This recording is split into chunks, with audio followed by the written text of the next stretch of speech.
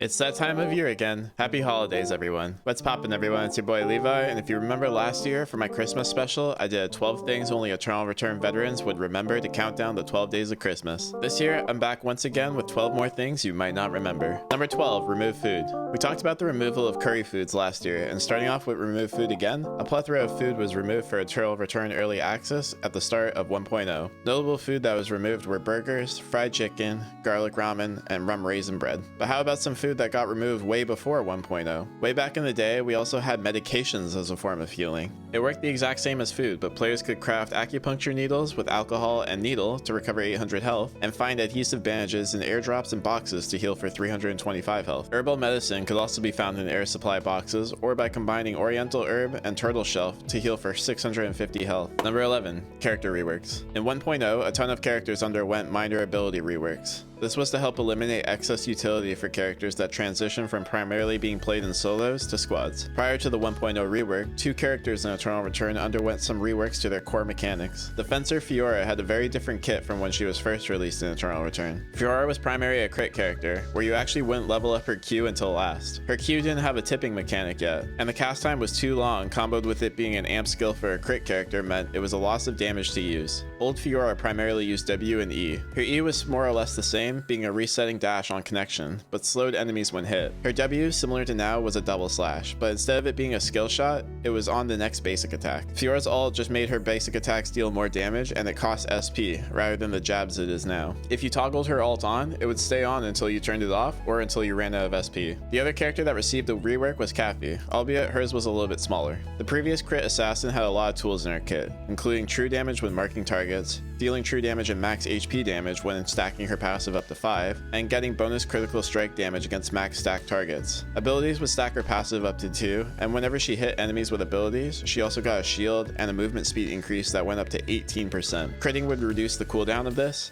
and did I mention that this was all just on the passive? Kathy's Q was the same type of lunge it is now, but it had a point and click component. If the target was in her basic attack range, the Q became point and click and did 30% increased damage that also increased with critical strike damage. The Q also counted to reduce the passive cooldown. Kathy's W has mostly been the same, but the tip would ground and the inside would slow. Her E was the same, but it had a longer range. And finally, Kathy's R was basically double the width it is now, but a little bit shorter. It also fully stacked her passive. Number 10, rare resource locations. Since we talked about character changes, let's talk about some game changes. Rare resources used to be a lot more rare and a lot more common at the same time in Eternal Return. In the early seasons of Early Access, we only had 2 tree locations on night 1. The second rotation of tree that spawns on day 3 didn't come until later of Early Access. The original tree locations were Hotel and Sem. Later in Early Access, Hotel Tree was moved to Temple, and Hospital and Forest Trees were introduced on day 3. Hospital Tree has now been moved to Stream, but it still remains in the same spot roughly. And as of the recent patch at the time of this video, Sem Tree has swapped spawn timings with Forest Tree, so gone are the original tree timings ER started with. Additionally, meteorites didn't spawn around the map. Rare resources also spawned differently in air supply and had higher drop rates on animals, so you either had to find one there or get lucky,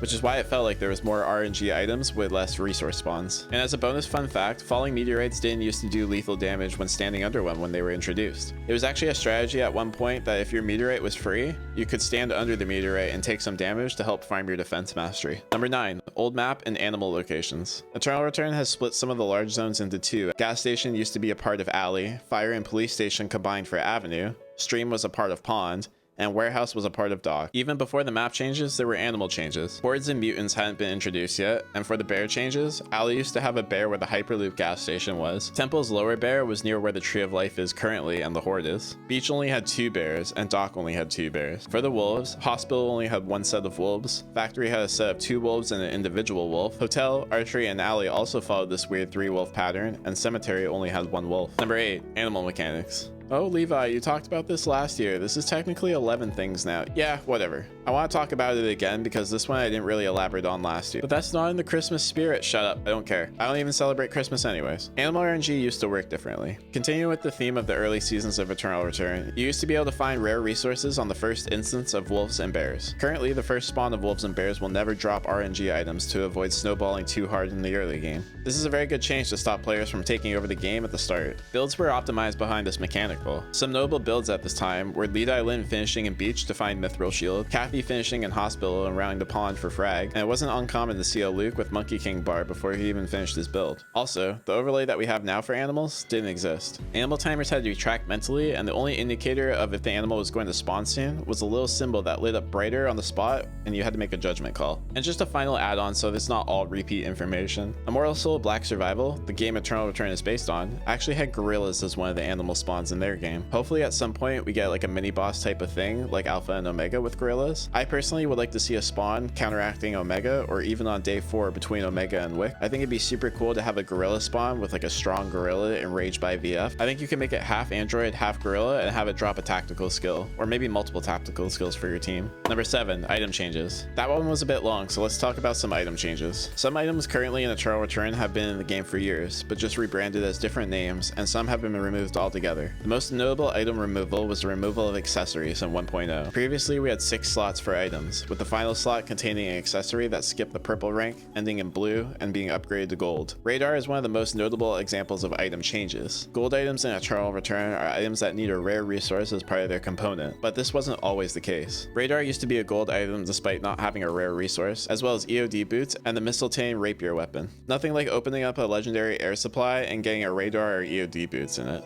Radar also went through an arc where it was changed to a purple item for a while, with Vital Sensor being downgraded to a blue item. In 1.0, with it needing a Tree of Life, Radar has returned to being gold. Number 6, crafting times. Crafting times used to be extensively long and slowed down the pace of the game a lot. I don't remember the exact crafting times, but looking at old videos, gray items took about 2.5 seconds, blue items took about 4 seconds, as well as looting rocks and branches. Purple items took about 5 seconds, and gold items took about 6.5 seconds to craft. Since food was mostly blue, with fish and chips and cola being the only purple exceptions, they would take a while to craft as well. Notably, at this time, medkit used to be blue before being turned into a purple item in kiosks and then being removed from the game altogether. Fishing took rather long as well, and flowers weren't an environmental resource yet. You had to find them in boxes because they could be equipped as an accessory. Number 5, the old client. The process of getting into a game of Eternal Return has changed over the years. Believe it or not, there was a time when the loading screen came before character select, as well as after. Upon accepting a queue for a game, players would go straight into a loading screen where they would all load into the character select. Then after character selection, you would go into another loading screen and then load into your game. And also, you had to be paying attention during this process. After the second loading screen, there was no countdown timer at the start of the game like we have now. Players would just be dropped in and you could immediately start looting. Keep in mind, at this time there was a huge emphasis on route speed during this time. A common build was 5 zones, with a slow build being 6. And it wasn't uncommon to not get your build until night 2. Not starting at the very start of the game meant your entire early game could be gone. Number 4, damage types. One of the most confusing aspects of Eternal Return is the damage formulas, and in the past there was more types of damage than we have now, if you can believe. In Eternal Return, we have attack power, skill amp, and true damage as the main sources of damage, and defense as the main damage resist. The very few amount of items having skill damage reduction and basic attack reduction. Less talked about damages also include biotic damage, trap damage, crit damage, and damage based on various levels of health, but we're not going to go into those at the moment. In the past, we also had extra normal attack damage, which was later changed to extra basic attack damage. This was changed because right-clicking was renamed from normal attack to basic attack to match other MOBA games. You'll also hear old players call this ENAD or EBAD depending on how old they are. ENAD also applied to multi-hit attacks like hearts right clicks. Eventually, this will be changed to basic attack amplification. Because the way defense formulas worked, ENAD was calculated after calculating defense, meaning that only basic attack damage reduction could reduce ENAD damage.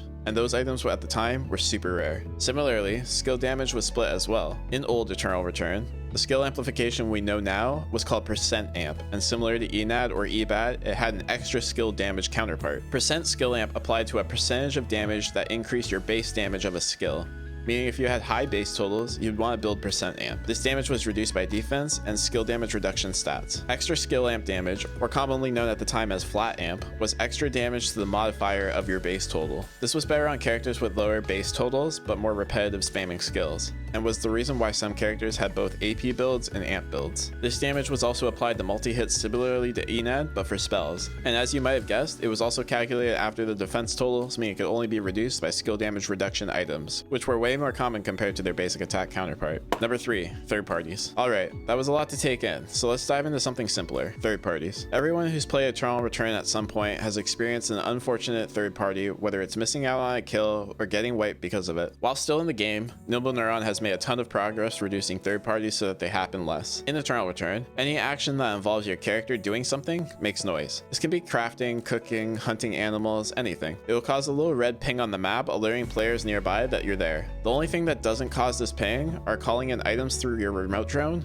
and combat. As you might have guessed, combat used to have pings on the map in the old Eternal Return. If you saw 2 pings nearby you, you were trolling if you didn't walk over and check out what's going on. And third parties used to be so brutal back in solos. In the later seasons of Eternal Return, it was made so that when you got a kill, you healed a large portion of your health to help combat incoming threats. But in the early seasons, it was often that you're rewarded for winning a close fight, barely edging out your opponent with 1 HP left, was not being able to rest immediately because you were in combat, and getting taken down while you had cooldowns. Number 2, Final Square. Final Square has probably been one of the core mechanics to Eternal Return that has been reworked the most. Safe zones, prior to Final Square, was added in early access. But even before that, when Final Zone was designated, it used to go straight to Final Square. It was often the case that with 3 or 4 people left, you would each take a corner of the zone, and whoever engaged first lost. Whoever had the most poke would basically try poking out opponents so that other players would engage on that person. If you left the square, you would burn red timer, and matches often came down to timer scamming. This was back when you could see the other players' timers above their head too. In the higher elos, it wasn't uncommon for 7 or 8 people to be alive in Final Square. Typically, when Final Zone was designated, because of combat pings, you would find somewhere to hide and wait until you could safely move towards the Final Square. But with higher player counts, it was likely that your hiding spot would be shared by someone else. Fighting someone that invaded your corner was likely to get you killed by a third party,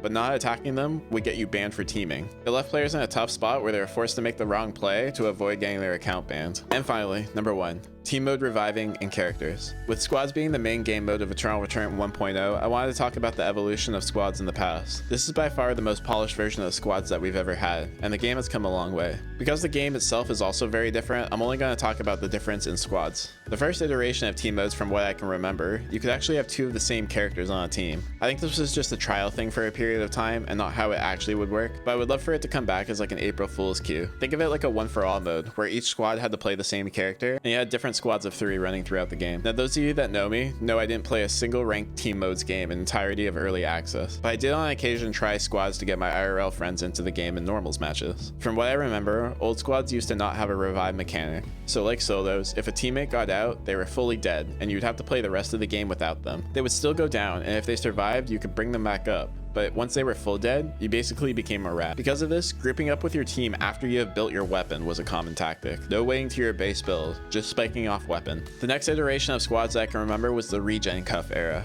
Once your teammate full died, you had to loot their body to get a revive cuff. You would then have to take the cuff to a regeneration station. Kind of like the kiosk we have now, except there was only 3 on the map. I believe they're in hospital, dock, and hotel. They didn't change if one of those zones had turned red. Because they were so deep in the zone, you either had to sacrifice almost all of your timer to revive a teammate, or you were just screwed. Once you were at the regeneration station, you could trade the cuff for a teammate. And these regeneration stations were only one-time use. And I don't just mean by your team, by everyone in the game. If 3 teams had already used the 3 regeneration stations, it was locked out for everyone else. One struggle to reviving down teammates at the time was that if they moved any small amount, it would immediately cancel their revive. This was problematic in the lower elos for new players who weren't used to the stop action button, and would often be crawling around due to the input of their last action. Later, it was added that when you try to revive a teammate, it locks them in place, unless they input a movement command after that specifically. After a short period of time, a revival system similar to the one we have now was implemented. If you died before day 2, but still had a teammate alive, you could respawn, barring that teammate stayed alive. The countdown started once you went down, and this was one of the first revival mechanics that stuck around. If you remember any other iterations of team modes, please let me know down in the comments. Once again, this was my holiday special for Eternal Return. If you enjoyed this video and you want to see some old Eternal Return gameplay, you'll want to click or tap the screen now and be taken to a video where I found some early access, early season games on my hard drive.